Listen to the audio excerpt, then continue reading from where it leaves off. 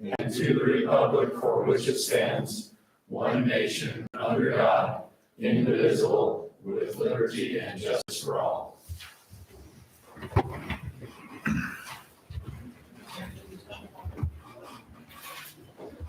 Heavenly Father, we're grateful to bow our heads before Thee at this time, grateful to be together amongst those members of the public here to discuss the needs of our city. We pray that we might have Thy Spirit to guide and direct us, and we might respect the opinions that are rendered by each other. We're thankful, Heavenly Father, for this Christmas season, grateful for the Christmas program the city provided for the residents, and also grateful for the opportunity that the residents had to participate in setting wreaths and honoring our veterans. We're grateful, Heavenly Father, to be in this city where we're kind to one another and we care about one another, and it's very unique compared to the rest of those things that are happening throughout the world. Help us to be grateful and mindful and appreciative, especially this Christmas season. In the name of Jesus Christ, amen. Amen. Thank you, Gary. Thank you, Joey. At this time, if anyone has an alternate prayer or statement of belief, they can bring forward. All right, we're going to move on. We're to item B, approval of agenda. So moved. Well, what's that? We can just table it in. Okay. And did you need anything changed, Gary? Do we want to add something at the end? Item 11? Not really item 11, but we got to take care of something at the end. So we can't announce it, but it's just something small. Nothing major. Not an action item. No, Okay. no. All right. So anybody have any declarations to disclose of conflict? All right, we're going to carry on. Consent agenda, review and possible approval. Mayor, I think Oh, you yeah. need to approve the agenda order. We Oh, skipped sorry, I it. did. Yes, we had a motion. Sorry, I'm skipping right ahead. I'm trying to get this meeting over with. And a second. Any further discussion on this? All in favor? Aye. Thank you, Ty, for calling out my mistakes. All right. Now we're going to move on to consent agenda. Review and possible approval meeting minutes from December 6th, 2023, regular business meeting. Anybody I had? make a motion to approve the minutes from December 6th meeting. I would second the motion, Mayor. I got a motion and a second. Any further discussion? All in favor? Aye. Any opposed? Sorry, I should be asking that too. All right, review and possible approval of city expenditures from October 2023 and November 2023. Anybody see any problems with our expenses? I didn't see anything out of whack, but I don't make motions, so. I move that we go ahead and approve the city expenditures for October and November 23. Second. I have a motion and a second. Any further discussion on this item? All in favor? Roll call, Mayor. Roll call. Expenditures. Chuck? Yes. Gary? Aye. Ty? Aye. Joey? Thank you. What am I going to do without you, Ty? That's two, man. That's two. I'm just checking on you. I'm awake. All right. Okay, we're going to go into our presentations. First off, we're going to hear from Greg Turner. He's going to talk to us about the Wreaths Across America, which we did Saturday, which was awesome. Yeah, I don't really have a presentation. I just wanted to stand up and publicly thank the city of Tokerville for the support from Afton, Rachel, Daisy, JD, you, Mr. Mayor, Greg Turner. Honorable Mayor. You guys made it a huge success this year. It just gets better and better every year, in my opinion. And we had great attendance. I think it was a very patriotic and appropriate respect shown to the deceased veterans out there, and I just want to say thank you. I also I have just a small certificate from Wreaths Across America to present the city. It can be posted wherever. It just basically says, in recognition of outstanding efforts in helping to further the mission to remember, honor, and teach, your hard work and dedication to the program are greatly appreciated. I'll just set that there. I also, for those of you that were not at the ceremony, Tokerville resident Dave Theobald gave me this picture that he had in a closet. He told me that it was originally designed by Marlon Old's daughter, Debbie. I don't know if it was a Young Women's thing or what it was, but they met, a group of girls met and they put these together.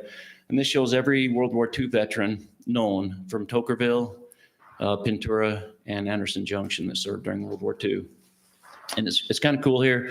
There are 3 question mark people that they don't know, but there's a lot of Bringhursts on here, a lot of Olds, a lot of Slacks. It's really kind of cool. And Dave asked me to give this to the city, so I'm just going to present it to the city. I'll just set up here on the table and you can do what you want. That's incredible. That's great. Yeah, So, it really is. Greg, we have to thank you very much for your hard work you put into that program. And I mean, the only bad thing about it is now you got to do that for the next 20 years. So it's such a good job you're doing wonderful, and we'll do whatever we can do to support you every year. So So thank you very much. I really appreciate it. thank you. 131 wreaths. Yes, we placed 131 wreaths this year. I think that was up about 4 from last year. We're still discovering deceased veterans out there. Occasionally one will pop up that we didn't know was a veteran. That's awesome. And I think we had about 120 people show up. That was my rough estimate Yeah. from the ceremony, but the refreshments were right on par. The cemetery looked great with the flags and with the flags of the military that we Amazing. just got done. It looked awesome. Yeah, Councilman Sands came out and helped place the marker flags on it Thursday, and I don't know the names. Riker's little brother and another city worker were out there all day Thursday blowing leaves and getting the place in order. So thank you very much. Appreciate it. And the Thank color you, guard was Cal. great. And Slayton. Callan and Slayton. Yeah. Yeah, the color guard was great. And how's Laverkin doing? Are they pushing the program? Oh, yeah. Who's that? What's Laverkin? Laverkin, were you, I wasn't, their program is now earlier in our. Yeah, it was, No, but- we had a good turnout. I just didn't know if they're, I mean, they just started it after us. So, okay, good. Thank you. Thanks, Craig. All right, now we're going to move on to our presentation of our 2023 fiscal year audit report by Hinton Burdick, CPA and advisors, audit prepared by Kennington and Christensen. So we're doing this online. Yeah, and the Yep. genesis is going to be Canvas, we all. Right. And Burdick, but it's actually going to be Marcus from Kennington and Christian. Okay, Marcus, you're going to give this to us. And like I've said in years past, you've got like 3 to 5 minutes tops. So let's zip through this as quick as we can. All right, sounds good. Yeah, we're, as part of an audit, we're Hey, can required we to have him- report several items to governance. We consider the mayor and council to be governance. But part of your responsibility is to oversee the financial reporting process, where management is responsible for the financial statements. And an audit does not relieve governance or management of those responsibilities. And so as auditors, we plan and perform an audit in accordance with generally accepted auditing standards and government auditing standards. And then we issue an opinion on the financial statements. We have issued an unmodified or a clean opinion on the financial statements. Another important part of the audit is our analysis of the internal controls. And so we look at the controls that are directly related to the financial reporting process. And so we look at the cash receipting, the cash disbursement, and the payroll process. And, we feel the city has great internal controls, separation of duties related to those areas. There's also the financial close and reporting process. We do have kind of a finding recommendation on that internal control, that we just recommend that there's a final review done on all the balance sheet accounts, just to double check and make sure the books are ready for audit. So just a little recommendation to add an extra step of review to kind of make sure those books are ready and there's proper documentation. The next part of the audit is our report on state compliance. That every governmental entity has to, we have to test areas of state compliance. This year, we looked at budgetary compliance, fund balance compliance. We looked at the restricted taxes. We looked at the fraud risk assessment, government fees, enterprise fund transfers, and the Open and Public Meetings Act. We had a couple of small items to note. The first is the general fund balance. The requirement is that the unassigned fund balance is less than 35% of the general fund revenue. And the city's over by around 100,000. This isn't anything new. I think the city's aware of this. I mean, there's just a little bit too much money in that general fund. And the next one is there's a quarterly financial report that's provided to the council. The one that we tested was missing one of the funds. It was missing the financial information for the bypass, the Tokerville bypass fund. And so we just wanted to let you know that, when a complete set of financials should be given to the council. The city's actually corrected this. It was, just happened on that one quarter that we tested, and since then that has been corrected. But any questions on these findings or recommendations? Do you guys have any questions? Find any extra money that we can use? No, I'm sorry no extra money. But We're already saving too much is what. yeah, There you go. We're not spending enough. Well, I'd rather have too much money than not enough money, so. I think every year I've been the city attorney, we've had, as a city, had that same finding that we have too much in our general fund. We should be spending more of our. right. I mean, what cities typically do is they'll transfer the excess over into a capital projects fund, and then the finding goes away. So something to think about. But we feel the city has a reliable accounting system and a reliable accounting policies. We didn't have any difficulties performing the audit. There's no uncorrected misstatements. We didn't have any disagreements with management. We take fraud procedures very seriously, and happy to report we didn't find any instance of fraud. But Afton, Ruth, the team, they do a great job. They have great checks and balances. I mean, a couple little things to improve on, but overall, it's great working with the city, and they do a good job. Thank you very much. We love hearing that. Thank you, Marcus. Okay, Yeah. anybody have any questions for Marcus? We can let him go. He's probably got something better to do. No. All right. All right. Hey, thank you very much. Okay. More audits. I don't know if that's a better thing to do, but more audits. More audits That's is probably always what he better. has, a lot of audits to do. Yeah, he probably has other things. All right. Is Bob here, Stanley Consultant? I don't see anyone here, so we're going to skip that report unless you want to give us anything, Ty. Okay. We're going to move into our business items. So business item F1, discuss and possible action on the public forum. So we have a public forum, the first meeting of every month, where the public can come up and stand up for 3 minutes and pretty much tell us whatever they think about anything they think about other than us, that's already on the agenda. So we've been asked to have this every meeting. And we just, we need to talk about it and have your guys' opinions. We get very little comment on most meetings. So what's your guys' opinion? Should we have it every meeting? Should we cut it out completely and not have any of them? What would you guys want to do? Okay with every meeting? Every meeting. Okay. Ty, you don't care if you're leaving. I don't want to sign Wayne up for too much. Wayne likes to hear every month. I didn't realize that we were doing that in planning commission as well. So We don't, that's just a public hearing. That was a public hearing. Yeah, public hearing on On an item. on an item. It's a public forum. yeah, it Is says it? we currently hold the public forum at the first city council meeting and the planning Okay. commission meeting.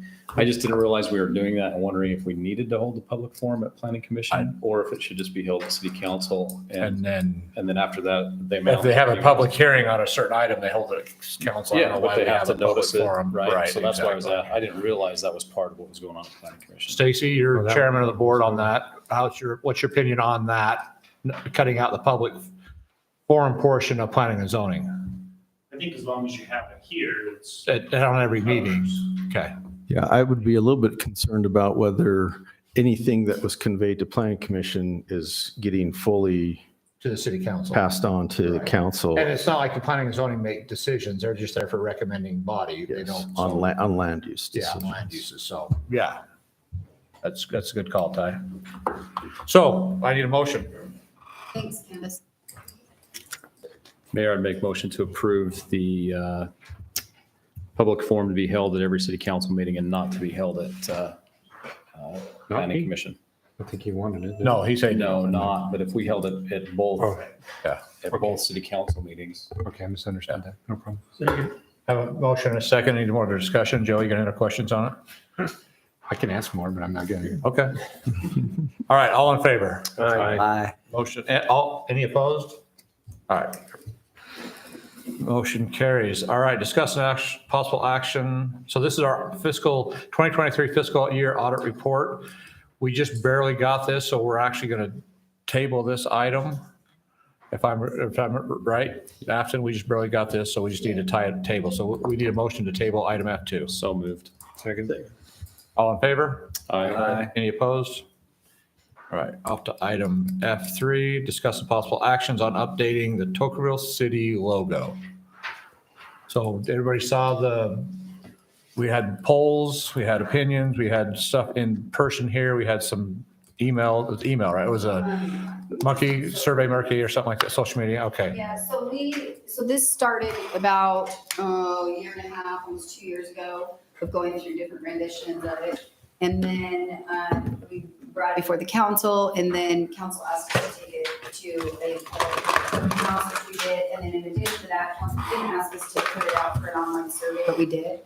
And so, Lisa, I don't know if you want to just pull up those results, we'll just go through what we got. So we put this out on social media, and just ask people to take this. So these are the online survey results. We had 53 total responses. Of those you can see logo option number 1. That was the one that we had originally brought through the city. And then the city asked if we maybe get a couple of other designs and some ideas. So we got those 3 in the center.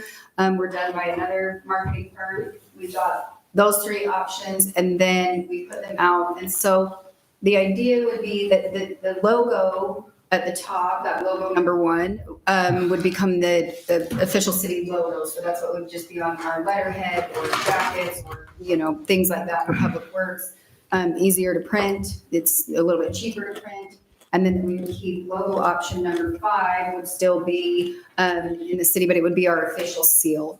So we would use that, when we're doing, official. Something official.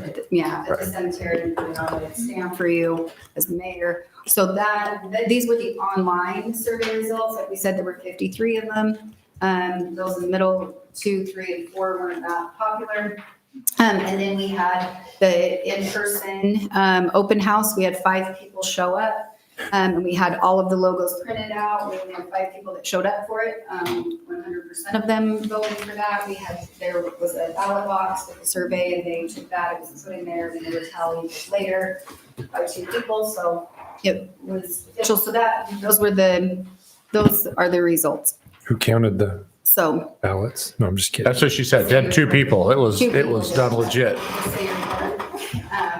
That's how. This isn't a federal government election. This is just Tocqueville. That's what I was going. We had Washington County do it on Tuesday. But yeah, so those were the results of it. And we had all of those logos printed. This is the one that was presented, like the person, just so that everyone can see it. And that's what was presented. So, they were all presented, but this is the one that matches number 1. So we're here for Okay. discussion and action. I move that we go ahead and make the option 1, the city logo, and option 5, the city seal. Second. Have a motion and a second. Any further discussion? All in favor? Aye. Any opposed? Perfect. All right, we're going to move on to item F4, discuss possible action on ordinance 2023, amending and restating Tocqueville City Code 10-3-1 to address planning commission length of term. So there are a couple of things, if you want to pull up this ordinance, there are a couple of things.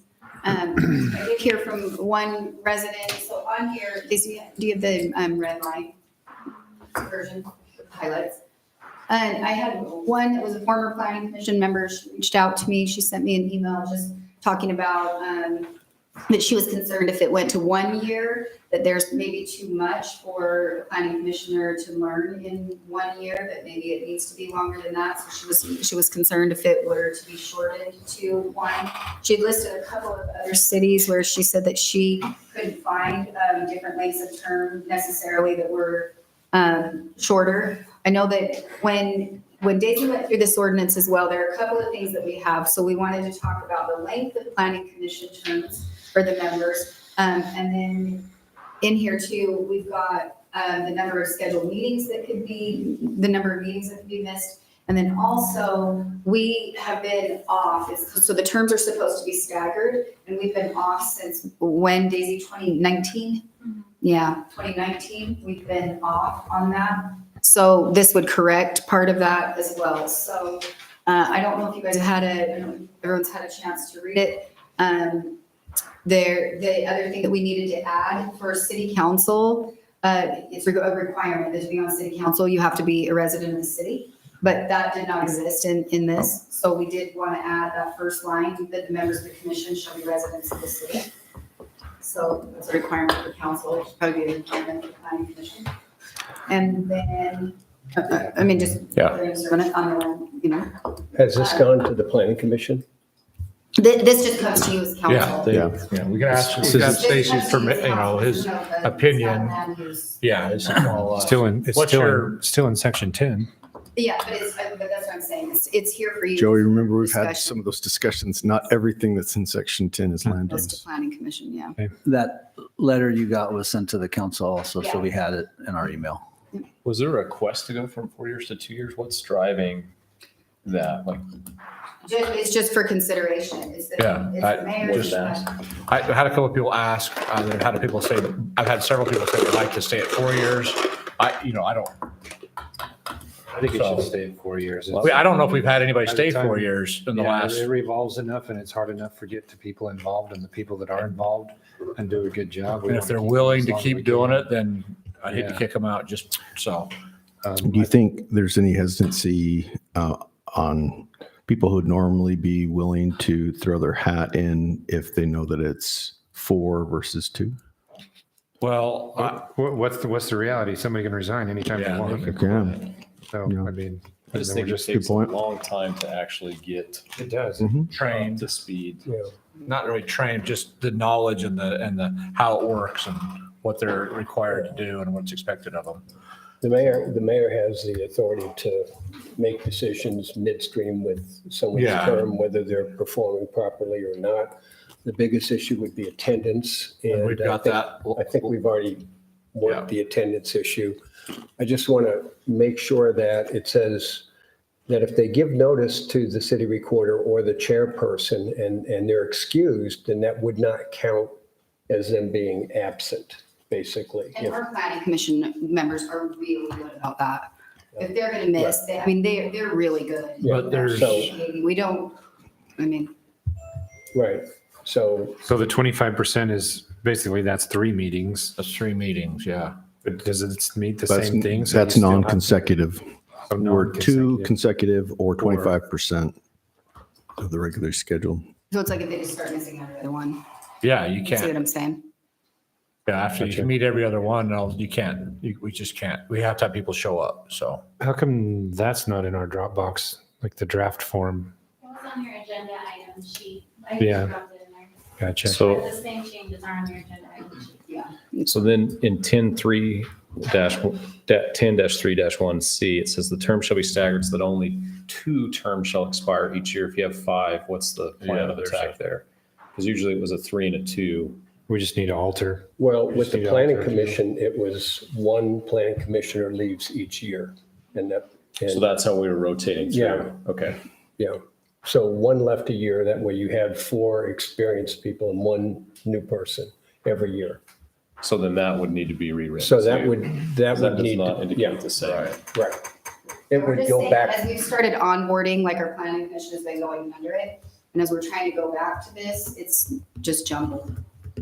yeah. So So it'd be in like your policy, in the policy book, doesn't it spell it out correctly? in Tocqueville policy, general policies, I think it spells Well- out the term and it spells out how they staggered. Yeah, but we haven't been doing that. So, Should yeah, so a lot of things needed to be updated in this ordinance though. So outside of that, so So what do you guys want it to say? What, I mean, Mayor, I think I would be in favor of it staying a 4-year term, and I'm good with what Gary's So recommendation every is. that 1 year, one person drops off. Okay. I mean, it would give an opportunity to have an alternate move in. Right. Relative, every year there'd be a new alternate available to come in if that was so motioned by the mayor and you could just. Yeah, that works a lot better if you have a 4-year term and you're rotating. It'll be one coming off each year, and then 1 year, there'll be 2 that come off. Because we have 5, Yeah, on the- you have we have 5. 5 on the planning commission, so. And then one other thing that we want to address in here that's not in here yet is about compensation. Because in this budget year, this is the first time that we've had compensated planning commission members. Some of them have actually asked to not be compensated and they've asked to not be onboarded, and we're really struggling, and so is it with our auditor, of figuring out what are we classifying them and how are we classifying them, because they're not employees, but yet they're on payroll. So we are really struggling with that. So something that does need to be discussed is that was good in theory, but putting it into Practice, how do we do it? Yeah, we're really struggling with putting that in there. I know that Stacy has asked not to be compensated, DD Moore has asked not to be compensated. And it's starting to be like administratively costing way more to try to figure out how to classify them. I don't know how we can do it, because it's not really a stipend, but they're not employees. But they're supposed to be classified and onboarded as employees, so if we pay them, it's. Why don't we just put in there council. that a commissioner may elect to take compensation? But how do we pay them? We don't know how to classify. That's what they're trying to figure out how to. Classification. They're not What was it in the city. before? You're an elected or appointed official. I know, but what was it before? They're So they're volunteers. appointed. They're appointed. They're appointed officials. Yeah, they're appointed. They're appointed officials, but they were on a volunteer basis. So now that they're going to become compensated. So then we just say they may We be an don't know. appointed volunteer. What Just they're going to, simple. I don't know legally. That's a legal question. He's If got to look at the classifications of employees. they're a volunteer and they're willing to accept compensation, then we'd have to treat them essentially as an independent contractor or paying someone who's a non-employee of the city. And then 1099 them, and then just go through the tax process. Stacy, come on up to the mic. They're going to get, they're going to get more than $600 in a given year, so they're going to have to be 1099. Commissioner. Yeah. So I would ask, it was a great gesture. Let's just do away with the compensation for planning commission. I've spoken with all but one commissioner on this, and everyone that I've spoken with, they just as soon just serve without compensation. Again, we appreciate the thought and everything else, but I think we would prefer to just serve in a voluntary basis. Okay. Thank you. That makes it easy. Yeah, we all good with that? That makes it easier. That'll be extra money in their finding. We'll buy can them have one in there. once a year. I don't know. We'll make it up to them somehow. Does any of this stuff apply, or will any of this apply, or how will any of this apply to the alternate? Alternates- It applies to everybody. Yeah. We're only changing certain sections in there. There's an alternate provision in there that still will. Well, no, I understand that, but does like, say, 10.3-1D apply to the alternates? If they don't show up for, They don't meet the Yeah. 25%. if they don't make the 25%, I agree. If they're not here, That's my being question. an alternate, I think that. I think in the original So- ordinance, it Yeah. spells out that it's members appointed and quorum of the city planning. Yeah. So it talks about the alternates as well. Well, yeah, we changed that though from shall attend the meetings to may. To May. Yeah, the alternate members, or will, it says will Say attend. Will is, We changed it, Will. well, it was shall before, and the council Will. decided that we changed it to will, so that's why my It's question still- is, how's that? That's, it's still, shall or will is mandatory language. May is permissive. Okay, And so So why do we even change it from shall Yeah, to will, then why do you're we just- spin our wheels doing that? a potato or a potato, That's fine, okay. it's all the same. Okay, I would say, Riker, do you have enough information to maybe provide us with an updated version of this next meeting? Yeah. There's a lot of. Yeah, a bunch of There's none changes, of this so- a big hurry. Yeah. And then put the language in there about the volunteer. Yep, yeah, Right. switch all that back in. Yeah, Yep. rescinding the, Yep. So I need a motion to take. Well, do we have enough discussion done? Oh, yeah, good questions. I have one. In planning commission, they were discussing the length of term for alternate members. Mhm. It was said that it might be 1 year, but currently on my tally sheet, I have it as a 4-year position. do you- So if we rotate the proper, the way we're doing it and move them up, they should technically be there for a year to 2 max. So, Okay. I think you That's wanted it but too, that's the because goal. then Yeah. that would give you. Alternate is not automatic. right, that's right, you're right. So that's why. It's just been our standard practice, but we don't have it. It's not, They don't So what she's automatically. saying though is that the alternate terms are currently. 4 years. I'm saying 4, but they were saying that maybe it would be 1 year. Is that right? Well, I guess the other question is if they start a term and then they get moved into a seat, that now, do they take the new seat term? Okay, so. they take the then new why seat would term it matter? plus you have to fill It should their just stay 4 term. years, yeah. If we're going to go to 4, we probably should have the alternate term before too, Yeah. because if you think about it, if they're on there and a year into it, they have to, they're moved up to being a planning commissioner, then we have to fill the uncompleted term of the alternate. And so we probably need to have the terms identical Maybe the between term can follow the. person alternates and instead full-time. of the seat. I don't know. That gets confusing though, if they follow the seat, follow the person, not the seat. Yeah. Then you might have 3 turnovers in 1 year and. When, It was confusing this year. Yeah, You sent it to me and it looked like a spider web. yeah. Yeah. Okay, so Riker, are you feeling good about? Okay. I'll make a motion to table business item F4. Second. Any further discussion on this item? All in favor? Aye. Any opposed? All right, off to item F5, discuss and possible action on impact fees for Anderson Junction culinary water users. Mhm. So Mayor, we have completed the project of the culinary water pipeline at Anderson Junction. And now we've got users who are ready to connect. We've had several meetings with the users at Anderson Junction. They're paying the water district impact fee, but that it was that they were not going to pay, if I understand it correctly, they were not going to pay a city impact fee. They were going to connect and then start immediately getting a water bill. We just need to put that for the council today. And then Afton, I would say that project isn't complete.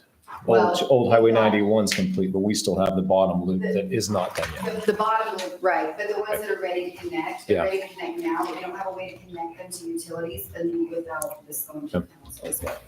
How many people are you talking about? Well, 2 people ready to connect, but total probably about 12. Dozen, it's right in that range. Will be 12-ish. Until there's new development, then they tie on and Yeah, at well- that point, they pay impact fees. Yes. Exactly. Yes. Yeah, yep. Yep. So why are they not paying the city's impact fee? So multiple reasons. Probably the easiest way to go through that is back when they did the SID, there's been water in front of most of their homes existing. 3 of them, the same 3 that we're probably talking about right now. Yeah. They were asked to give up their water, trade their water rights in to the water district. The water district's participating in the project with the city to help offset the cost of that. And so we had offered to them to waive the impact fees so that we could get them off their private well onto the city system. And that was part of this, the district contributing was part of them getting the water rights and waiving the fee. And So that was one of our capital facilities projects too. So, Okay, any more discussion? So this would be a motion to waive the water impact fees for those For those specific dozen- property owners. Basically, 12 people, Anderson I- Junction, along- existing. Can we be specific enough, Yeah. existing water users in Anderson Junction? Is that, None of them are existing at this moment. Right. That's the problem. They want to Yeah. connect right now, and we can't. How do we quantify who, though? We want to make sure somebody down the road isn't saying, oh, I'm, Basically, whoever's giving up their water rights. They're the current well that's out there that they've been part of for years. how do we put that into We motion? have a list of the names. So we did these meetings for we did like, I don't know, I think we did 3 different meetings. We've been at the district a dozen times. Property owners would come in. We have a list that the property owners work for the district, so the I district can has make, a list. I think I got We it. could tie it to that list. The other thing I would ask is in this, we've also stated the applicant will still need to pay a $500 water meter set fee and Yes. apply for a utility account through the city, which includes an additional $300 deposit. I would maybe want to look at that $500 water meter set fee. That may have been included in the SID initially. And I think just a little homework on that and make sure we're not double charging for that would be very well. We need to table that, where we find that out. So we got to hand it back. Are you about there in Anderson Junction? Yes. Come on up to the mic if you would. That is the auto Just want to make 2 comments. Yeah, state your name. Oh, Yeah. My name is Scott Otterstrom, Anderson Junction resident. The 2 things I wanted to comment on is, I believe that at least on Anderson Junction Road, that those meters have been set. So that question that you just had about the meters, I think that has been included because The when I meter checked. or the meter video- set? The meter setter or the No, the meter? meter has been set in the box. There's an actual, It's locked. It's a locked meter, ready to be released. And I believe that's the case on all the ones on Anderson Junction Road, which there's 5. So it's not just the yoke, it's the actual meter too, and they're locked. Yeah, the meter's in place, ready to hook up to the line to the house, That and it's usually doesn't locked. happen. And when I talked to the county, they said, well, as soon as everything goes through the city Maybe and they the did. county, we will then unlock it. We've ordered them, but they're not, I don't think. I was gonna say, I don't think the meters are in because Meter setter is there. Yeah. the setter, but Yes, not there's the a meter. difference between setter Not the and meter. JD has It's ready. As you Yeah, it's ready to be, Yep. it's ready to go. connect, perfect. Yeah, JD's literally waiting for this meeting. to see Okay. what we're gonna Do impact fees and what we're gonna do. They tried, the Ottersons came in and they said they were ready to connect, but we had to bring it through council. Okay. So Right. that's what we're doing here. And then back to the county. And the county, Water, well, I was yeah. told that the county Yeah. is working, there's a lady, I forgot, I think her name is Denise, I think, that's actually handling the transfer of water shares. So if Tina? they're- Thank you. so also if they're using, why would they make a deposit if they're not required to do the $500? They have to. Everybody's paying. A utility deposit. A utility There's a account, when you deposit, open a utility utility Okay. account, a water utility account, you have to put a deposit down. But my point You've is, just been here so long, Joey, you forgot. So. my point was just the setting of the water. That I didn't know whether that was already included because Yeah, one the of you meters. gentlemen indicated it might be a double billing, so I just want to make Well, sure we'll, that. we'll definitely check into that. The other point was that you guys mentioned the well. Well, there is a community well known as Anderson Junction Water Company. Okay, but there is an exception to that, and that is Newell Matheson, who has his own well. Okay, so I don't know if there's any other people that have it well. So when you guys have your list, not everyone's going to fit into the category of, that one well, that master well off the Anderson Yeah, Junction. and it was, you remember when you came into the meeting and what you came and you were on a list, we Right. did the persons of Yeah, interest with it. right. That's the list. Exactly, and Regardless of, Yeah, I think it's somewhere in the neighborhood of like 9 or 10 or something like that. yeah, I think it doesn't exceed 12. I would just make sure for staff that before we waive that impact fee, that they have finished or completed their water right transfer with the district, because that's what was offsetting that. Perfect. And I put a message into Yeah. that lady and she never called me back. So I don't even know what their situation. And it's approximately, I believe I was talking to one of the operations manager down there. He indicated it's like their contribution was going to be like a half acre foot. Yeah. Yeah. I think that's, Oh, yeah, 0.45. Yeah. A little bit. Yes. Yeah. Okay. Is that it? Joey, you good? You're good? So you know how to make this into a motion then? I could try, but I don't know if it's good exactly, but I'd make a motion to waive the impact fees for the Anderson Junction residents that, let's see, how was I going to word that? As listed in, That's listed in the kept- list or yeah, that kept in the list. contributed shares of water to receive the water, basically. Yeah, upon confirmation that the transfer of water rights have been completed and that the water meter set fee either be applied or waived depending on whether it's already been charged and paid previously. That's stated. You got that, Daisy? Okay, I have a motion. Good. I have a second. Do we have any further discussion on this item? This will be a roll call since it's waiver of fees. Joey, start with you. Aye. Aye. Aye. Aye. Aye. Motion carries. All right, we're moving on to item F6, discuss some possible action on acceptance of a $4.5 million grant for the CFP number 24 Tocqueville West offsite water tank. So- Pull up that letter. So we reported on this a couple of times at council a few months ago. We worked with Sunrise Engineering, and yeah, you can just zoom in on that. And we worked with the governor's office of economic development and opportunity, and we put in for a grant of $4.5 million, and we received this notification that our application was approved. The letter is very basic and very simple, and we responded to it, just said, thank you so much. They said, basically, you've been awarded $4.5 million, and that in the coming weeks, that they would give us the next steps. I reached out to Colette Cox. She works for the governor's office of economic opportunity. She helped us with this grant application, doing some review, making sure that it met all the requirements. And so we were approved for a grant. Some of these were loans, some of them were grants. So we were approved for that. We do not have the contract yet. That will come in the next few weeks, like she said as well. The discussion and action would be authorizing that the mayor can sign to start the transfer of funds, and then bring that back before the council. Once we get the contract, we'll find out the fine print, basically. On this grant, I talked to her in depth. On these grants, they pass through 90% of the funds, and typically they pass through 90% of the funds to the city, and then those are held in our account, and we'll hold it at the PTIF at the state level, just like we do with the rest of them. But that would come into the city, and then 10% is typically withheld to make sure the project's complete, no retention. With this one, I asked her the possibility of them passing through the entire amount. She said where this project is already underway, that there's a really good possibility that they would pass through 100% of those. One of the good things about this grant and why we want to start the transfer also is obviously funds earn interest, right? And so anyway, so we don't have the actual contract and the contract will outline, the draws and things like that. It'll be, you guys saw the UDOT transfer agreements, Yeah. or at least the second one you guys were involved with. Very similar. Any time a state agency awards state funds, they usually have an agreement.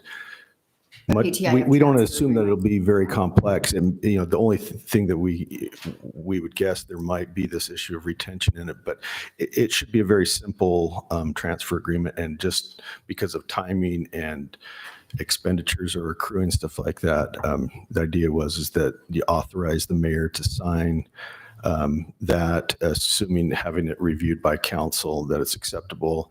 And then if we want to bring it back for, a second ratification, if they needed to look at it at a second time, but we don't envision it to be complex at all. It's just a matter of keeping things moving. Why do we need to take action tonight on a contract that we haven't had a chance to review, and the mayor is holding off on signing it until he reviews the contract?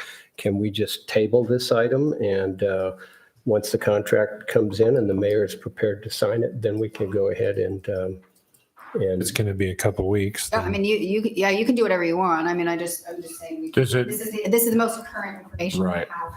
That's Does why it, it's- it won't it's- speed anything up, don't- will it? Will it speed anything up if we, I mean, if you were to get the contract in between, it will start the transfer of funds. we could do a phone poll Sure. if needed. And if that's I the way just- you want to do it, I think it'd be good to, if you want to phone poll and then put it on the next agenda for ratification, that way the mayor could sign If it comes and earlier. it gets ratified. yeah, we've got, Will the Couple county, weeks will we still. have I don't have an know. opportunity to read that contract? oh, I would hope so, yeah. Yeah. okay. Sure. So we'll need time to read it, and then And with the holidays and next meeting's what, the 3rd, the 4th, whatever the day that is on the calendar. Yeah, the project sixth is is- already, obviously underway. I mean, you can drive out. Yeah, I see the cut. The project is already underway. And so, yeah, you can definitely, I mean, obviously read the contract when it comes in. So Yeah. do I just need to make a motion to table this then? If Okay, that's a motion what you'd like to make. I'd like to make that motion. I'll second that Go motion. ahead. Okay, I have a motion and a second to table this item until we get the contract and the PTIF transfer agreement in hand. So any further discussion on this item? All in favor? Aye. Any opposed? All right. Afton, I would like to say thank you for all your hard work. That's a lot of money. That's And amazing. we're excited about getting that new tank in, so thank you. You're welcome. It wasn't only me. It was No, a lot. it It was was, a lot of it people. was a lot of people. Major That was a lot of group people. effort. Thank you. So, It was great. They said that there were only 2 that were bigger than ours that were awarded in that. But they also, the governor's office is gonna, the same ones that we just did this through, Governor's Office of Economic Opportunity. Colette Cox, we're applying for some other rural funding, economic development funding that's gonna help us update our ordinances and things.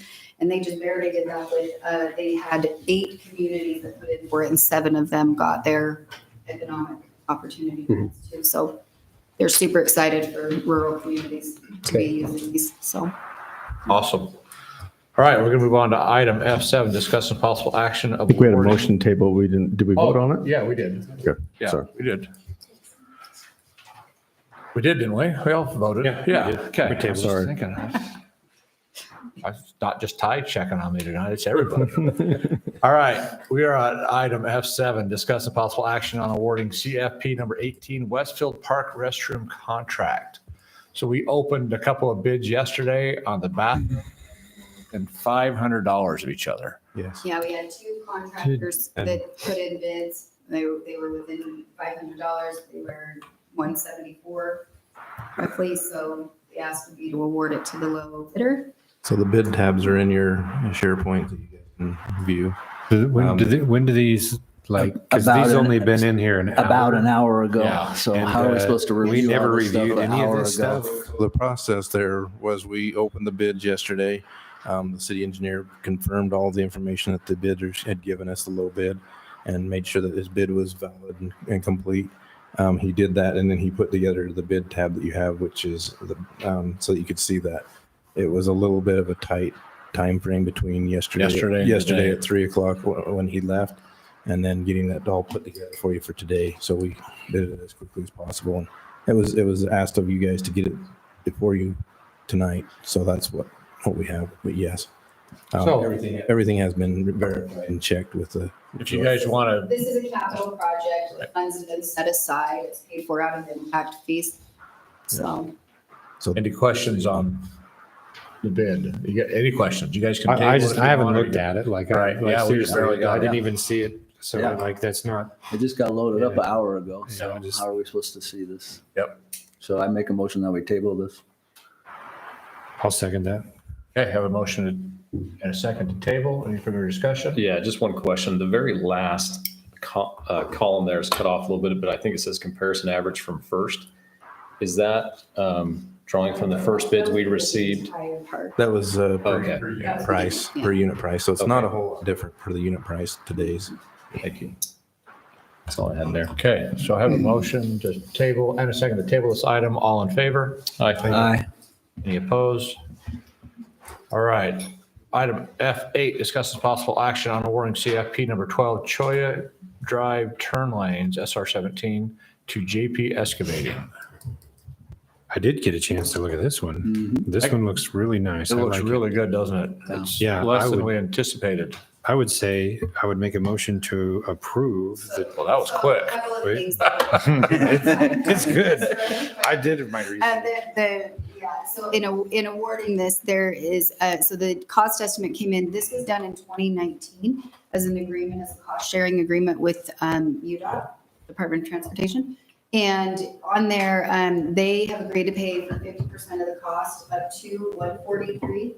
And the city is paying the cost up to 143. There is a portion that is on the other side of the road that is going to be parkway funding. And so this one came in at 245 is the estimate now, which is obviously less than that, but the ask would be to approve this project not to exceed 300,000. They're still doing a little bit of utility just Alignment. yeah, but they've got CenturyLink down there and things that they're doing. And UDOT also has these plans because this is in UDOT's right of way. Have these plans, Jeff Bunker's taking a look at them.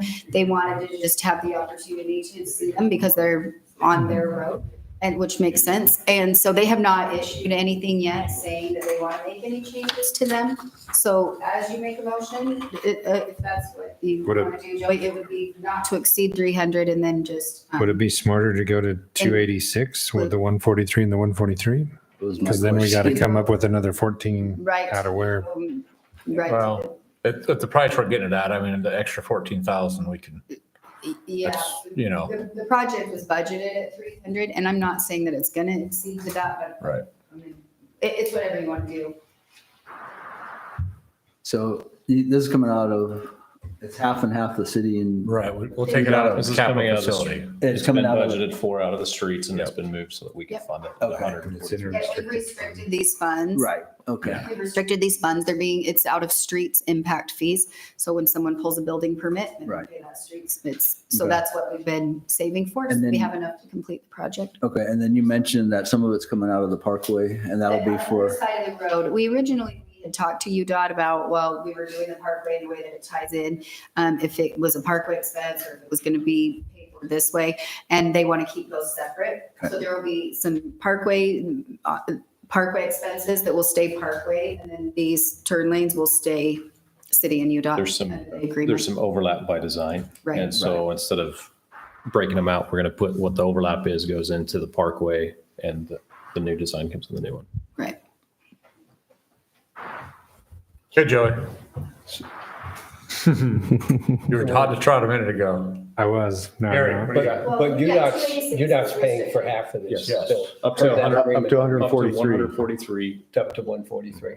And I met with Cameron early Do a we- week ago, Cameron Day about a week ago, and he took it back to their meeting. He had a meeting that afternoon. He took it back to there. They're still good on that, even though it's a 2019 agreement.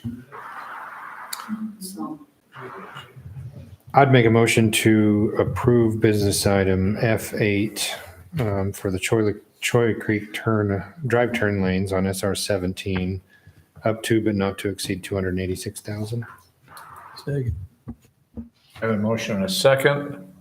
Any further discussion on this item? A roll call vote, Chuck? Yay. Yay. Aye. aye. Aye.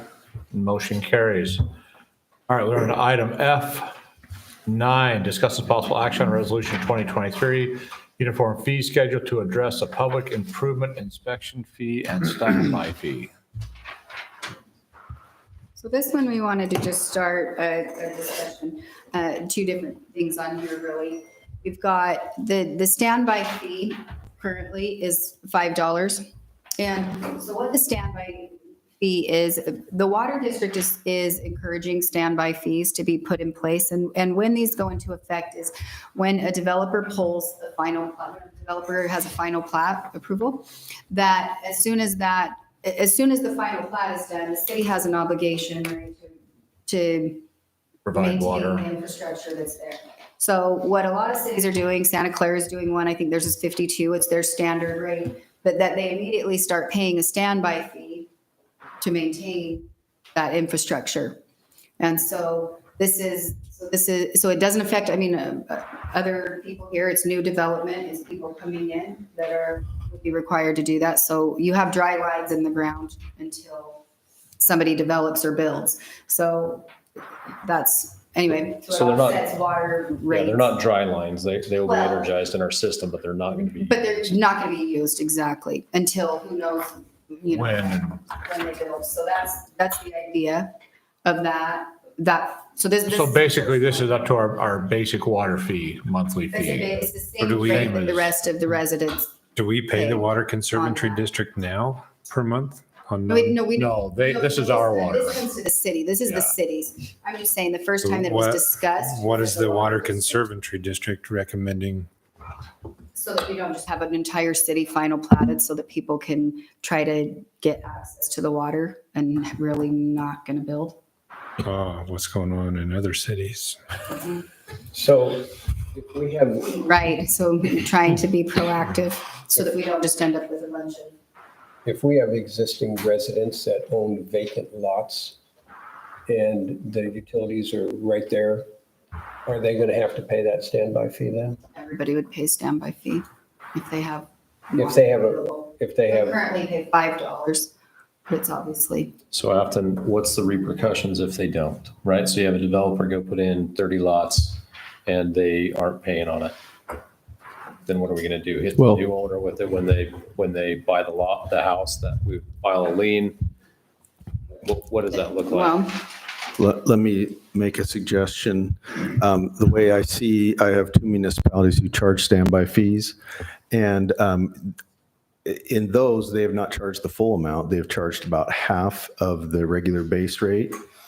But we can, whatever amount we want to charge, but if they don't continue to pay it, then it's deemed as if their connection or their right to a connection has been terminated. They're going to have to pay new impact fees.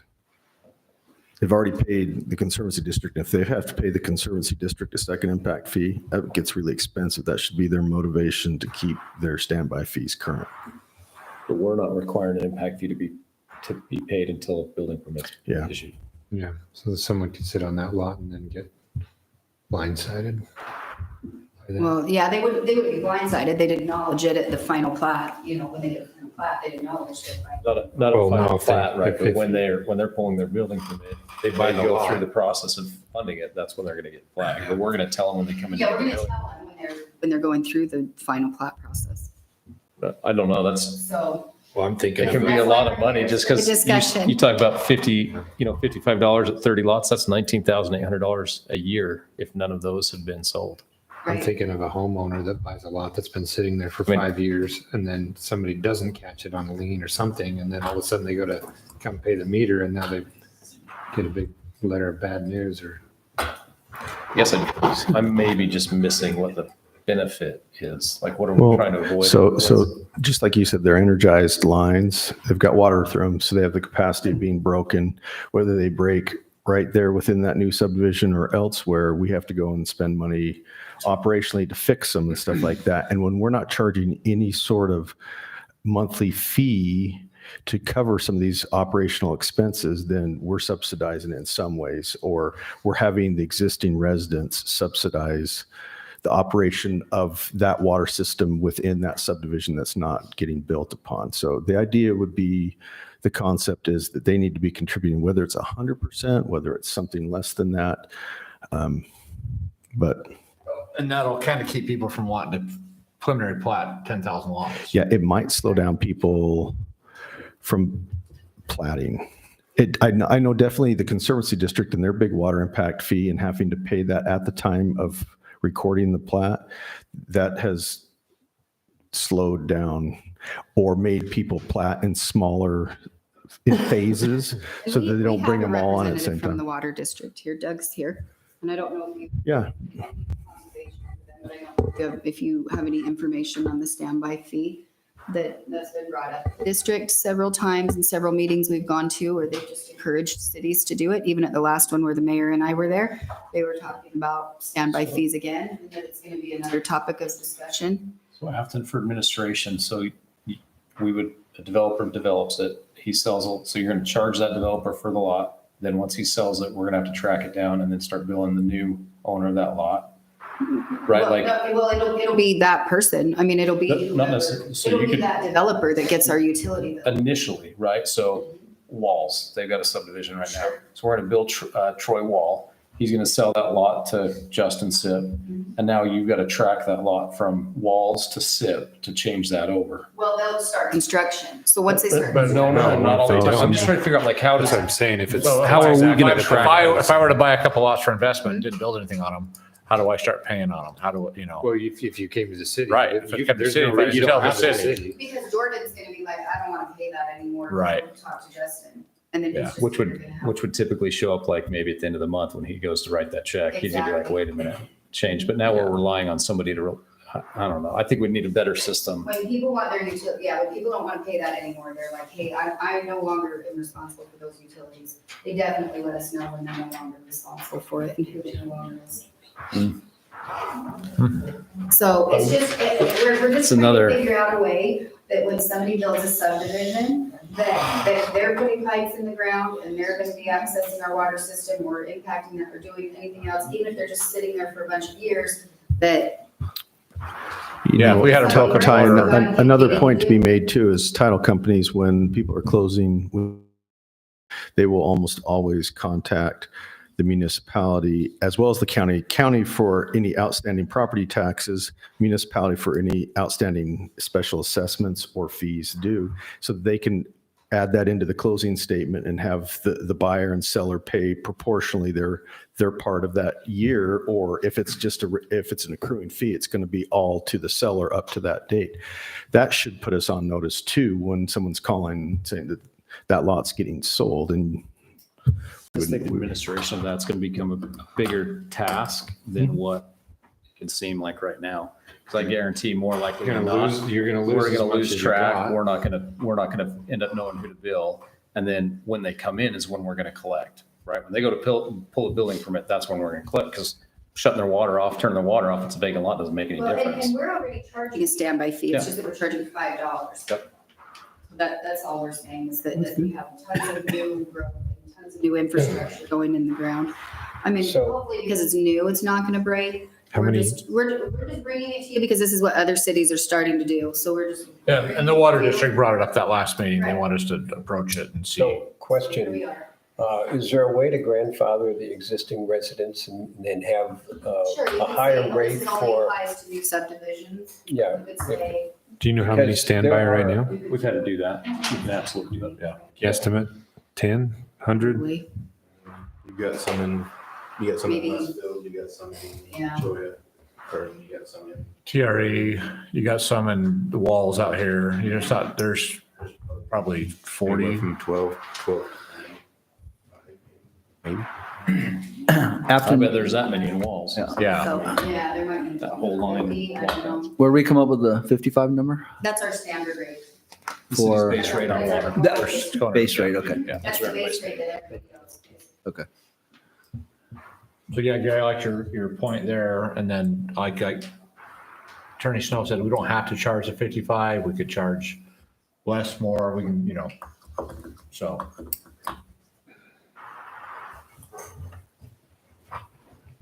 Yeah, because one of the considerations of a standby is you raise regular water rates. Subsidize. on a standby? Yeah, okay. I mean, are we having, We don't. you are we don't have to having take maintenance issues at all right now with the standbys in this town? I mean, Is anyone aware? I don't know if it's just the standbys, I mean, we have. I mean, we. Was there a water leak on that between Marshall's and your log cabin? Wasn't there a water leak on that one? It was more towards Marshall's. Okay. It's been on. I just on wasn't there. sure, because that's been empty forever. So Yeah. that's just, you're probably not paying a standby fee, or whoever owns that now. Yeah. They're probably not paying their $5 a month standby fee. anyway, so. You know, and we already, the council's gonna love that, because, we already have people that come into the city, like snowbirds, who want to shut their water off and don't want to pay the standby fee. It'll be good. There'll be a lot of questions coming this way. There's no point in shutting it off. It's the same rate. Yeah, you could say. That's it's exactly right. New on new subdivisions, so it doesn't affect current residents. If, at all. that's what I would include in a motion if I were going to vote on it, is to just have it apply to new subdivisions or new buildings coming in. Yeah. And then I think I'd maybe consider going down to $25 instead of 55. Is that a motion? It sounded kind of like a motion. Really close, but it's missing a couple words. Well, I'll Is go ahead. 25, is 25 Yeah. enough? Okay, Yeah, that was my yeah, question. We're not quite done with the Yeah. opening schedule, so that's what, so just before you make it. And after that, I'd probably change, it says culinary water standby fee for non-users, and then in parentheses says no meter to property. I would probably change that to no meter at property. Just to, I think, implies that the service is not in existence. Okay, no meter at property. Okay. Todd, go ahead. The next part of the fee schedule. Hey, before we go on, Todd, what were you going to say about the price? You were going to, I said something. No, I was just, what you were saying, Mayor, I think is 25 enough to cover. Yeah, is 25 enough to Yeah, I cover agree with tracking? I your know, thought I don't want there, to, Mayor. I don't want to gouge anybody, but is 25 Yeah. enough? 55 might be too high, but 25 might not be enough. I just, Attorney Snow See- just see kind of what- mentioned the other two areas. With the 55, that an actual user they're getting an allocation of water. Right. Mhm. And when someone's in a standby setting, they're not using any of the city's water. And so that actual water component of the base rate is not there. And What do that's, we I think, charge the per gallon mindset after- behind a lower standby. Darren, what's our gallon? What do they get up to 5,000? What do we, No, Jason, do you want to scroll through ours? yeah, the rate. it's right there. I don't. $4 10,000 gallons. gallons. Yeah, so that would be 10,000 Right, at 55, Yeah. but it was So $4 a that's gallon. so part of take the out $55 10,000. fee. Yep. So So Heath, by doing that, Okay, I with see what you're you just saying. described, that can put us in a spot. I can see a spot where now we're entitled to provide water to them contractually because we charge them basically that standby fee like, hey, absolutely, you're going to have that water at any point when you put a home on there. When we approve a subdivision, plat when we is- approve a final plat and allow it to be recorded and Well, the now public. remember, the water district is making that change too, right? Like of a will serve letter type thing. And we're basically doing that same thing by Oh, yeah. this as well. I think Water if, districts will serve as a final plat. Plat. yeah. Mhm.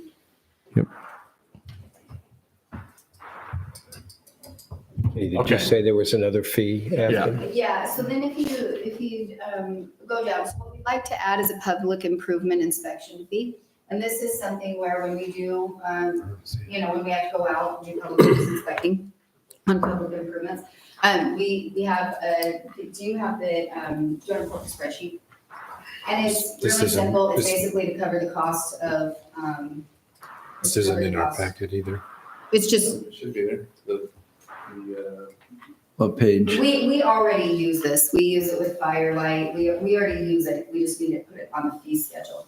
We already use this and calculate like how many times we're gonna have, JD go out, or how many times Bob was standing out, so that they're gonna be doing construction engineering.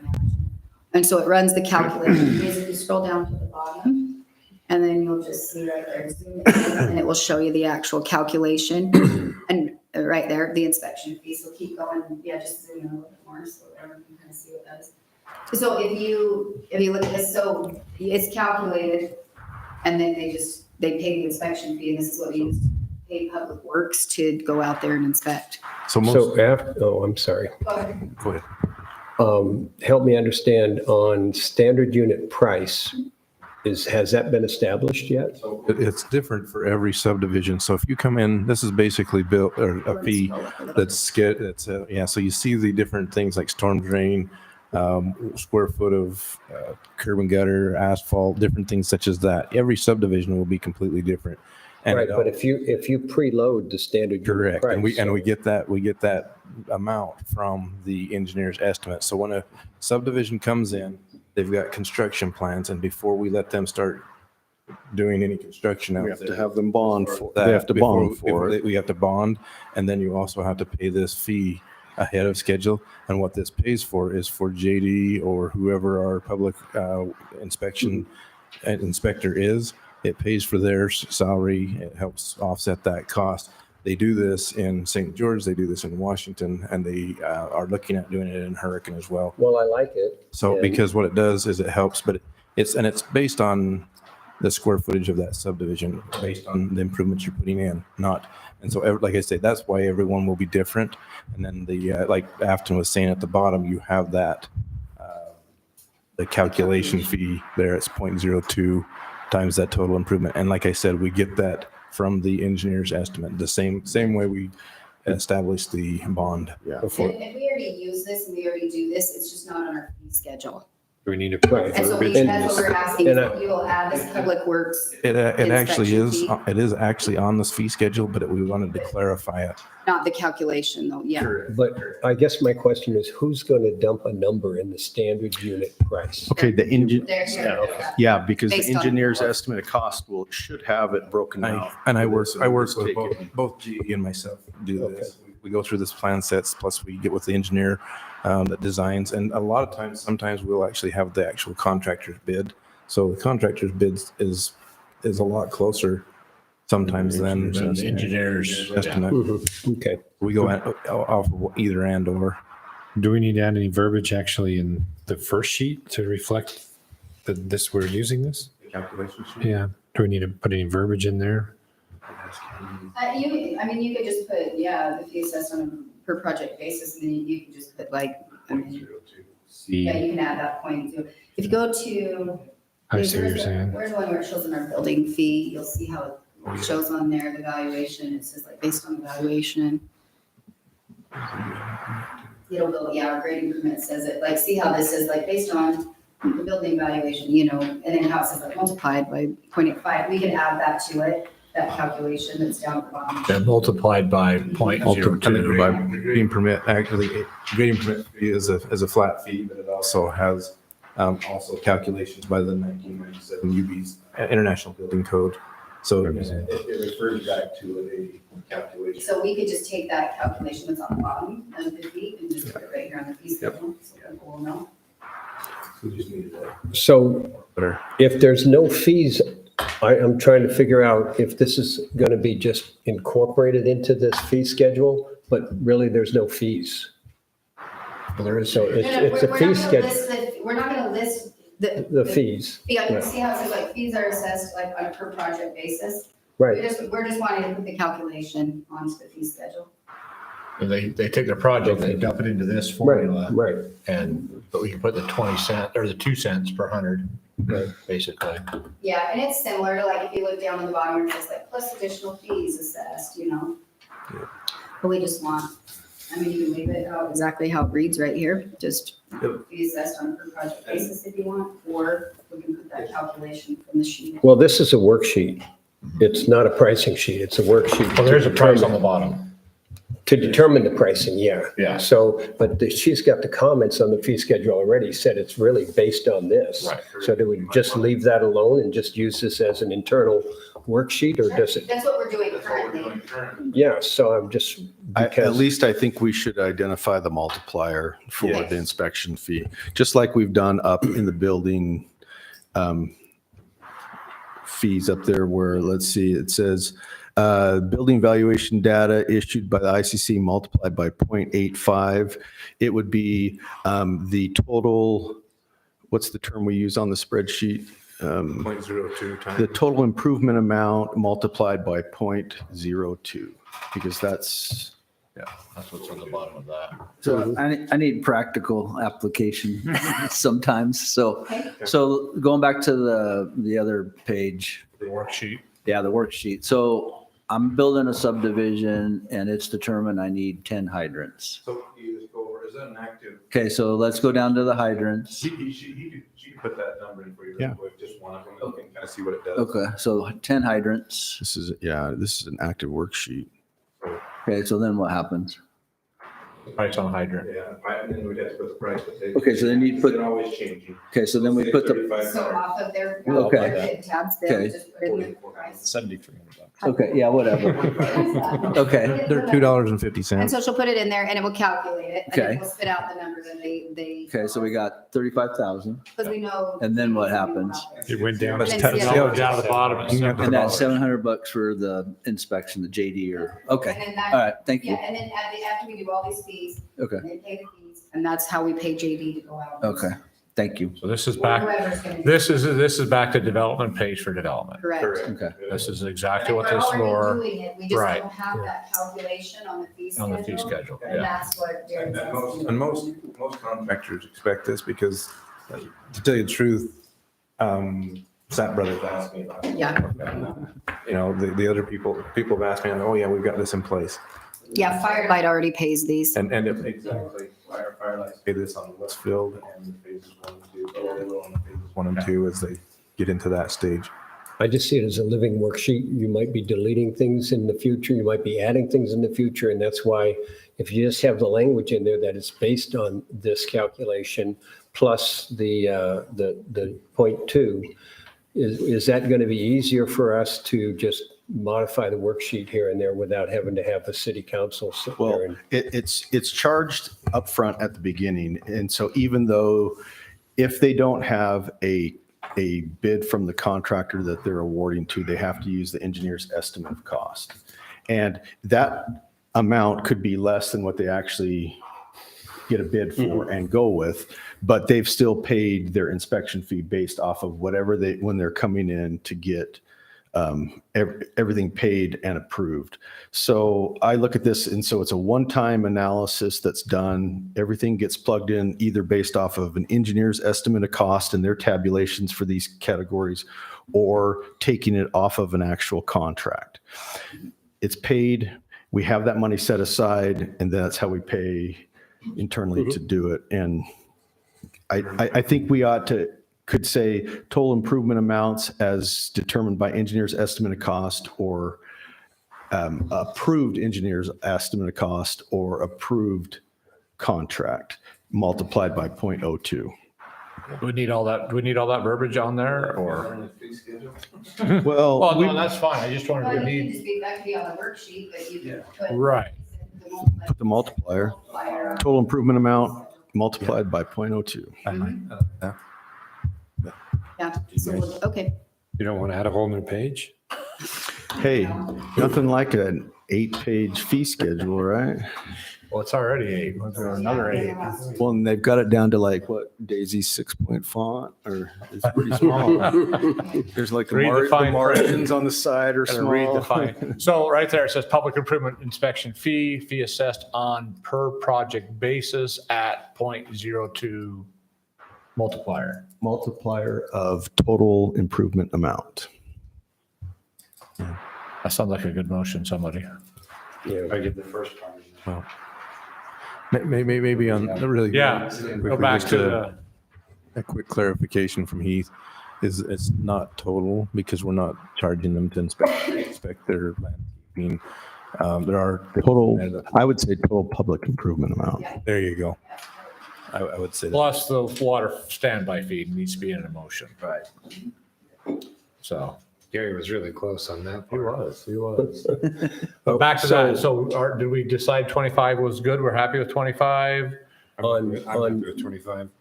new development. On new development. 25, so I would move that we go ahead and approve a rate of $25 on new development for a standby water fee. And then also modify the what's that called? The building. Public improvement inspection. Public improvement inspection based upon public costs with a multiplier of 0.02. You can say total public improvement amount. Total public improvement with a multiplier of 0.02. I like total public improvement cost. We say amount here, but I think the cost. Okay, got it, Daisy? Now, was there another item on that? Just those 2 items? Just the 2? Okay, Yes, yes, and change that meter from to property to at meter, at property. That makes sense. We can modify that motion. All right, we have a wordy motion. Everybody understands it? Second. I have a second. Any further discussion on this item? All in favor? Aye. Any opposed? That motion carries. We are on to item F10, discuss the possible action on ordinance 2023, rural water, RWSA, WC, WCD, compliant landscape ordinance to bring the landscape standard of the city into compliance with the water efficiency standards adopted by Washington County Water Conservancy District. So we've looked at this for the last 3 years or so. It's close. Back and forth and back and forth. and Went we've from like an changed. 80-page document. It did. to like It's 5. when did, much smaller. when did this come in? Did I miss this? Been there a while. It was at Planning Commission. No, I'm talking about on the agenda. It's on the back page. It's on number 10. It's on. Yeah. It's the first one listed there, Gary, on the, Okay, you go in there, yeah, it's in the wrong spot. I see that. I just didn't have a chance to read that. So this is our irrigation water, culinary water. So Doug is here from the Yeah. Water District. You want to just kind of talk about it? He did a great job of explaining it to the Planning Commission. Yeah. Good evening, Mr. Mayor, members of the council. I'm Doug Bennett. I'm the Conservation Manager for the Water District. let me explain what the purpose and intent, and if you've been dealing with this for 2 or 3 years, then I think you have a good background and understanding of what we're trying to accomplish here. Most of the future water needs of the 7 jurisdictions that are member agencies of the Water District are going to be met by the Water District. And making that kind of commitment with the limited resources means we need to ensure that we can sustain quality of life while also bringing in new development, that these new developments are built to the highest standards and that they don't impair the existing users by bringing new water demands in at the same rate that we saw in the past. So these standards are intended to be uniform across the entire region. They've been adopted in Ivins, Washington City. Yesterday, Washington County adopted these standards. The expectation is that every agency will adopt these standards to kind of level the field, that you can be assured that if a new home goes into Hurricane, it won't have any greater water demands than if it goes into Tokerville or Ivins or any other part of the region, that everybody understands that we're all pulling our weight. It does not affect any existing landscaping. It would only apply to new development upon your approval of the ordinance. It does, in many ways, it does not restrict what I think is part of the traditional culture of Tokerville, which is as an agricultural community. So even if new development comes in, a business or a new home would still have the opportunity to have orchards, pastures, gardens without limitation. The only thing that's significantly limited in here is turf grass, lawn grass. And what we do know about lawn grass is it uses 4 times as much water on a per square foot basis as other styles of landscaping we can put in. We frankly don't care. If somebody wants to put in a giant rose garden, it is not restricted by this ordinance. It is lawn grass that is the big concern. And it's not lawn grass that's being used. So we want kids to have parks to play in. We want athletic fields. We want children to be able to have a lawn under their swing set in their own backyards. And there is an appropriation for every residential unit to be able to have that lawn area on their property. This is absolutely necessary for us to meet our objective to the state to reduce our water demand from 0.89 acre feet per household to 0.59 acre feet per household. And it's also been proven in surveys that our existing residents are eager for us to make sure that the new things we're building, the new growth in the region, is going to be the most efficient housing in the region and businesses in the region. I do want to point out, I guess, a couple of other things. You'll see things in here like where turf can be. We don't want to put it in the park strip. You put turf in a park strip, the water winds up in the street. It winds up on the sidewalks. It winds up in places it shouldn't be. And even when we build parks, we typically want a 10-foot buffer from the street to where the turf grass actually starts. And there's typically a buffer area, then a sidewalk around a municipal park. And the idea, again, is to keep the water out of the street and keep the turf in the active areas where children are actually going to be playing. So what we're trying to get rid of is what I call eye candy turf grass. Ornamental turf grass. The only time people actually walk on it, they're pushing a lawnmower. We just don't have water resources for that. So that really is the big ticket item in here. I'm happy to answer any questions. Another point is that the district is the administrator of some state funding, like you've heard about in other municipalities. They're doing turf buyback. And our residents can't participate in that unless and until we have adopted these. Would you like to talk about that turf buyback? Sure. To Attorney Snow's point, what the state has poured millions of dollars, and not just into water conservation, but they're also starting to tie strings onto water infrastructure money and other places to make sure water is being used efficiently. They're very concerned about putting money into programs like buying one person's lawn voluntarily where somebody wants to put in more water efficient landscaping while a brand new lawn goes in on the new house being built down the street. It's chasing your own tail. So the state said they don't want to spend any of their money in communities that do not have these types of restrictions on new development. And in that case, since every dollar, half of the money that we provide for our rebate program comes from the state, we're not able to provide the rebate in cities where we don't have these types of policies in place. We already have, we've had 7 applications to that program from Tokerville. I have, I think, 4 of them that are active right now. 1 person who's completed a project. And what we're doing in all the jurisdictions, including Hurricane, which is probably the largest jurisdiction that has this challenge, we're telling the customers that they can participate conditionally. We'll come on in, do your project, and if and when the city adopts these policies, I'll write you your check. And we have about, I believe we have 4 Tokerville residents that are in that condition. So What's the average payback on them? The average citizen does a 1,600 square foot project in Washington County, and they're getting back $3,200. That pays about 40% of the project cost. Nice. That's good. So you got 10,000 feet, you're gonna get rid of Joey? 100,000, I'm gonna start. You're going to put it all in Planting synthetic tomorrow. turf? And keeping in mind, we're not asking people to eliminate their lawn necessarily. Many people simply reduce it, or they may do something in the front and leave the turf grass in the back. It's purely voluntary program.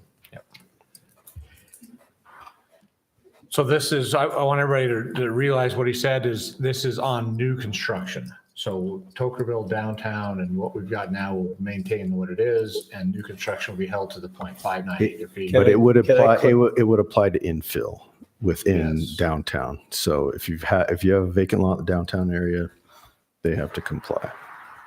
And what about if somebody's changing their landscape? And do they need to submit an application? And Oh, yeah, for the rebate program? Is that the inquiry? Yeah, they need to apply first. So we have to go out and get some photographs and measure, because it's on a per square foot basis. So we want to be sure we're accounting for every square foot to make sure we pay the right amount and everybody understands what they're getting.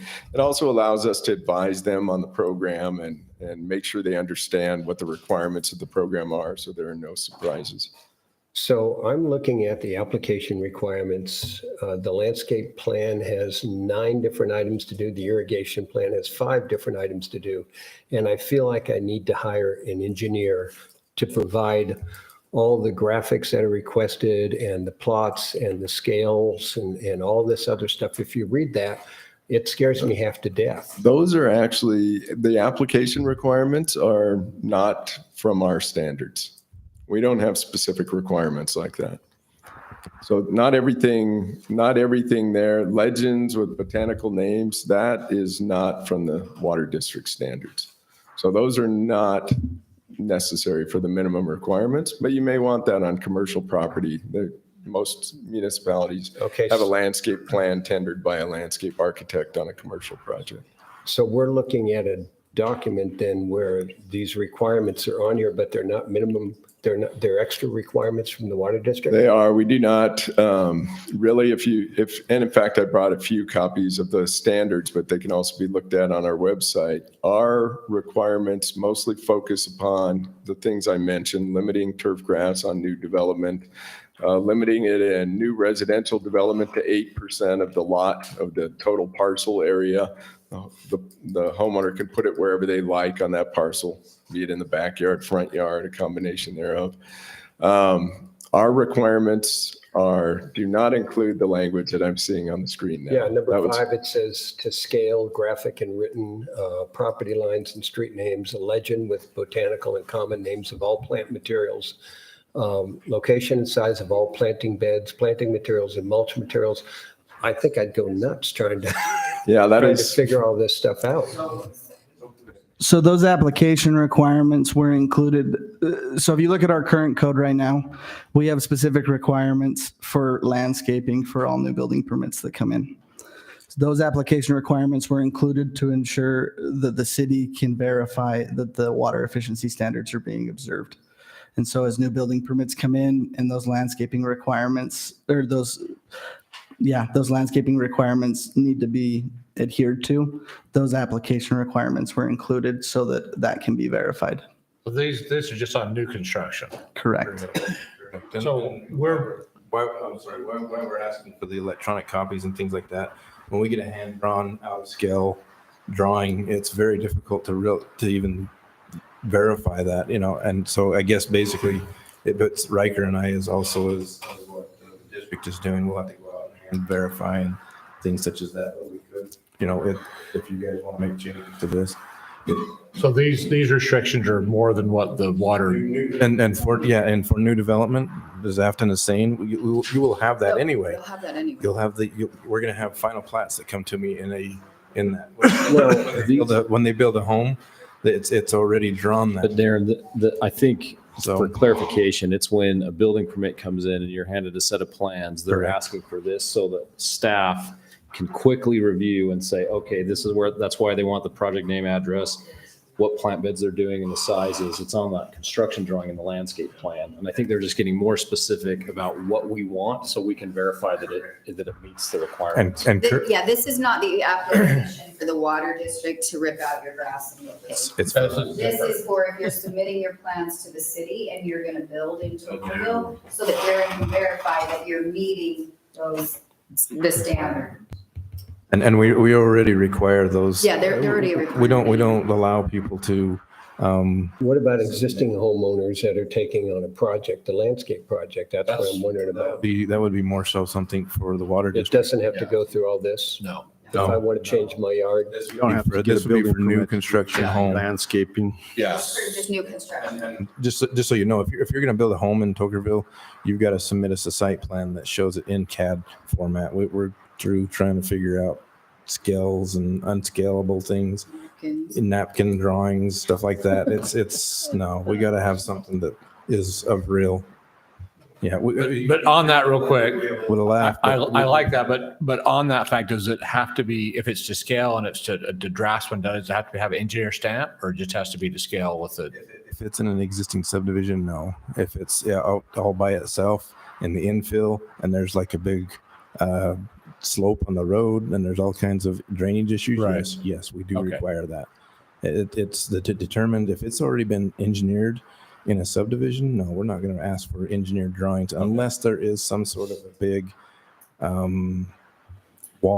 retaining wall, drainage issues, things such as that. Okay. Now has been, I can't say that we don't, but it's a case by case space or specific. One of them specifically was the Wall subdivision over there. They built the plan per their engineering drawing or their subdivision per the engineering plans. The house came in and said, "Oh, we want to put a 14-foot wall right here on this side." It caused all kinds of issues, and so we needed to have engineered plans on that. So, Yep, that makes sense. but yes, we don't typically. If somebody's going to do a landscape project, no, we're not going to make them go through that. I mean, I know the governor's just throwing some money at some self-help home projects now in rural areas. I'd love to have self-help homes here, but I'm looking at somebody who's putting some sweat equity into having to go get engineering and all this other stuff for a one residential home. Right. So if let's say you did a landscape plan and you came in and there are walls, there's significant dirt moving, things such as that. We have a minor subdivision or a minor grading permit that we make them get, which is $300. If there's other factors that can come into play if they're in a floodplain. That's we recently had one come through that was in a floodplain. The violations we've been threatened with by the FEMA. We have to follow those standards through their requirements, and it will make a project very costly. So correct me if I'm wrong, this ordinance is in order for us to meet the county's requirements. So why are we submitting our city's ordinance when all we have to do is meet the county requirements? Yeah, that was my question. We could take that portion out. Well, no, I agree with Gary because, on the agenda item sheet, it says you have the Tocqueville City Code, which you gave us up here, to bring the city into compliance with the water efficiency standards adopted by Washington County Water Conservancy District. What are the water efficiency standards? Are we not worried about that? Because they're part of this. Right? Okay, but it's not, okay, so they're not delineated because we had our spokesman for the water district said he doesn't know where a lot of this stuff came from. No. So this was a city right? Am I Yeah, speaking correctly? It's a hybrid, it's a combination. Okay. Yes. Okay. So Document, it's All right. water districts and then Riker added Okay. the city requirements Okay. that we already have. Okay, so then my next question is, if you go to that, why did we redline the top two items? That's what the ordinance, that's what that section of our ordinance said. That's how limited the Well, no, I- discussion on landscaping was. Right, I understand that, but it still is a generalization, and then we have below that all the definitions and requirements. So is there a reason that we had to take those two red line items out? Well, and kind of like to speak to what the mayor was saying earlier, this has been going on for a long, long time. When this first came out, the district didn't have No, I standardized. understand that. And so when it first came out, that was all we had of that. And so they started this, just creating a landscape ordinance. That was Sure. the Instruction from council and then through planning commission was just create a landscape ordinance. And so But- that's where that started. Then when they got the districts. But standards, I they understand. Incorporated them. I don't mean to interrupt you, Afton, but I understand that, but my specific question is, why did we decide to take those two red line items out? Why can't they stay in there with the requirements below it? That's my question. They can to the extent that they don't contradict anything below. Right. Stacy, you talked about, you're planning and zoning. The two that have been dropped are more generalized. I would call it kind of purpose type language, or policy type language, where the actual specific implementation is everything down in yellow. So when this was presented to the planning commission, it's obviously much different than what we had been looking at. But this was presented to us as if the wording on here, that this ordinance came from Water Conservancy District. So I'm, and chatting with Commissioner Olson, we're surprised that a lot of this language is not part of the water district's requirements, that there is other things in here. I'd kind of like to look at this again. And I realize we've been messing with this for 3 years, but I think Planning Commission should look at this again now, knowing that not all of this, I'd like to see what the requirements that the water district is doing, is requiring, and separate that from what the city wants to do, what staff wants to do. And make sure that we're marrying those two in a responsible way. I'd make a motion, Mayor. I'd like to. I'd move that we table this item. Oh, Joey. No, it's just some guidance. And if you want to table it, put it. Send it back to planning commission. My guidance would be is that I think that we need to have a set of rules or recommendations, or this is what you should follow for residential. And all these other requirements must be for commercial. I agree. So I think that would be, I think it's really hard to have a homeowner, and actually I'm looking at it, with the development that's coming, a developer is going to have to submit 100 and how many different landscape plans, like over and over and over and over, if they're going to do an HOA. Is that now considered commercial? Is that HOA considered a commercial property, even though it's in residential or commercial application, because they may submit a whole plan for a whole subdivision at a time. So I think we need to think in that avenue also. If we're going to make application requirements and submittals for plans, we should think about a couple of them things. That's all I have. I was just gonna make a motion to table this item, Mayor, and send it back to planning commission for review. Second. I have a motion and a second. Any further discussion on this item? All in favor? Aye. So Stacy, let's get that on for next month and just get this done. I'd like to get in compliance with the Water Conservancy District, so. Fully agree. Okay, thank you. All right, we're at our little special time in the meeting that Gary needs and Chuck needs a minute. Yeah, I'm going to turn it over to Chuck. Okay, Okay, so none of the calendar. we'll get to that in a minute. Okay. I'm going to start off this. We'll get to it in a minute. This is primarily for Ty.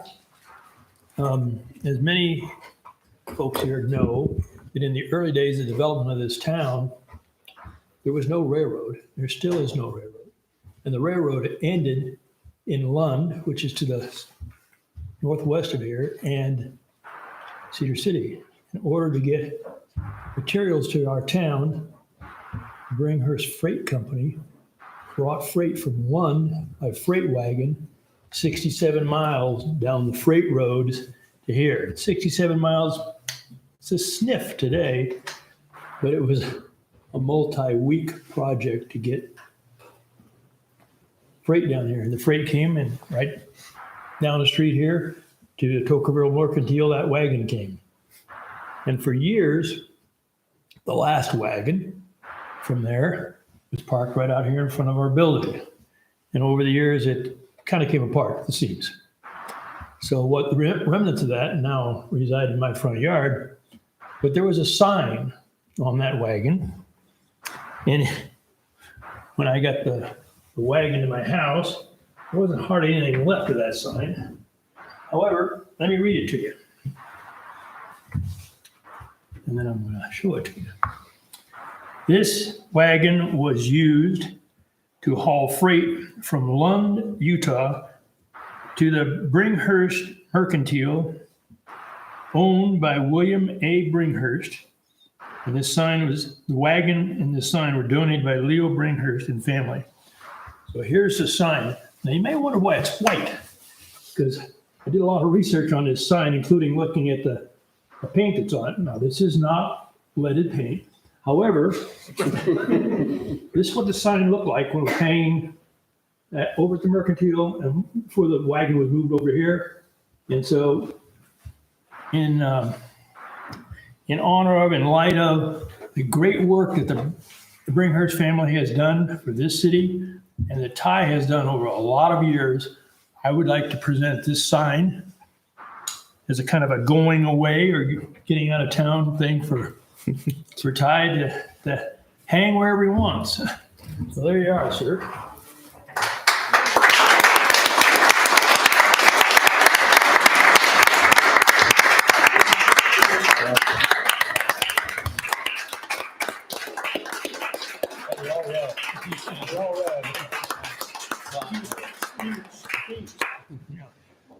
Keith, that wasn't very nice. Chuck, thank you very, very much. You're welcome. You'd brought this up when you bought that wagon a while ago. Yeah. So I'm very grateful for that. I'm not much for a speech, but I will tell you that it has been an absolute honor to serve in this wonderful town. I'll try not to get emotional, which is already starting. But I truly have, I've loved the opportunity to serve. I've worked with great people. We've worked in great staff, and to see where we're at today after starting on the council, Planning Commission 14 years ago, and council 12 years ago, on Darren telling me to do something that matters, quite frankly. And then for those of you that may remember, I got elected on a coin flip. So, kind of a unique way to get onto city council, but it really has been an honor. I love Tocqueville. This is my home. And it was an honor to serve. So thank you, guys. Thank you.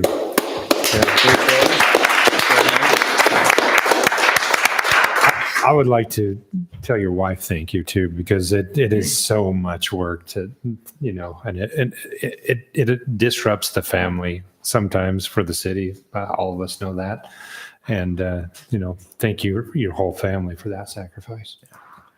14 years, a long time. We are going to miss you. We will not forget you. Your phone number will stay on speed dial for a long time. Ty, how do we do this? How do we do that? And he's going to hang up or not answer the phone, so I don't blame him. My late pal, I can't hear you. Sorry. All right, we're going to move on to calendar events. Tocqueville City office will be closed Monday, December 25th in observance of Christmas Day. Also be closed on January 1st in observance of New Year's Day. Our spring community cleanup, Friday, March 15th through Monday, March 18th.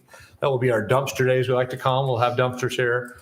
So we'll get our spring cleaning done in a hurry. And so that real quick, while we're talking about spring cleaning and events, I would like next meeting for us to come together and pick 3 days for highway cleanup. So 2 days, Mayor. 2 days? Okay. One in the spring and one in the fall. 2 days. So we want to pick, the church has been doing our highway cleanup. We would like to take it over as a city and have the churches support us. We would like to pick 2 days a year, one in the spring and like Ty says, one in the fall. We will do, basically ramrod it. I'd like to have the whole town come out instead of just a chunk here and there. I think we could have a better turnout if we take it over and advertise it. So let's think about that for our first meeting in January. And then also the 24th of July, since we're thinking about calendar stuff, I believe we are going to take over the 24th of July celebration, and we are going to basically hand assignments to the 3 different wards to help us. So this will be more of a community day instead of a church day. So it is a state holiday, so I feel we should be taking that holiday over. And I think the bishops are kind of happy for us to maybe start doing that. So anyways. Ty's still cooking pancakes though. Oh, yeah. He's Whatever you still, need. yeah. Anyways, all right. So that is the end of our meeting for this evening. We do need to move into a closed session. So we will let's take a 5-minute. So I guess I need a motion to go we're going to take a 5-minute recess real quick. Yeah, we need a motion to go into closed session. Discussion of character, professional competence, or physical or mental health of an individual. Strategy session to discuss pending or reasonable imminent litigation. Strategy session to discuss purchase, exchange, or lease of real property, including any form of water right or water shares. Okay, I have a motion. Also, if you would add to that motion, if it's allowable, that we would ask incoming Councilman Wayne Olson to attend the executive session to get him up to speed for when he comes done in January. Is that Until he is Can't do it till then? seated, Okay. we would break the privilege. okay, Wayne, you can't stay. Motion stands. It was a good try, Wayne, sorry. Okay, so we have a motion. You do better than that. I have a second. Second. I have a motion and a second. All in favor? Aye. All right, we have a 5-minute recess while someone needs to restroom and everybody